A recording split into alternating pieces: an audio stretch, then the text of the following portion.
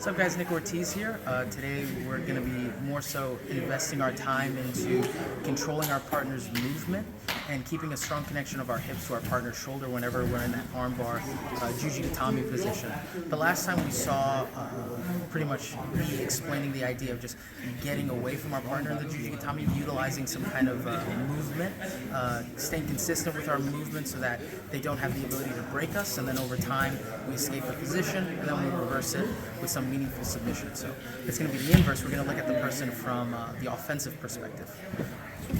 All right, guys, let's bring it in. So let's put it all together now in a full context. This is a drill that I love doing.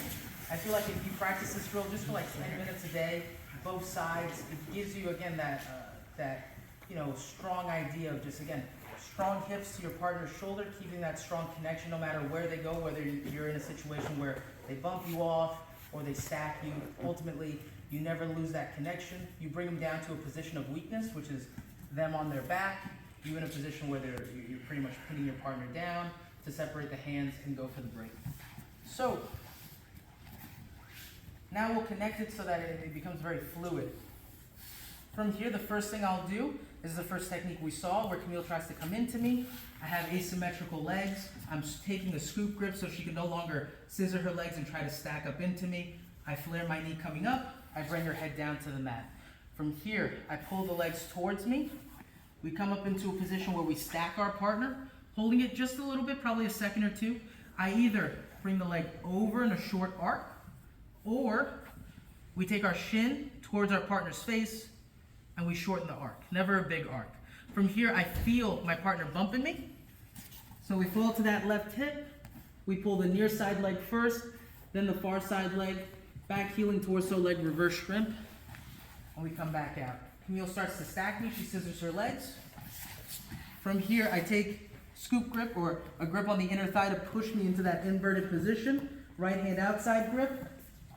We come back down to the mat, pulling the legs, reverse shrimp, and coming back down. Camille tries to come up into me, asymmetrical legs. We scoop grip, bring the head back down to the mat. I bring the hips in towards me, I come up, right knee down to the mat, makes this crossface leg unweighted. I feel like I'm being bumped off. Left hip comes down to the mat.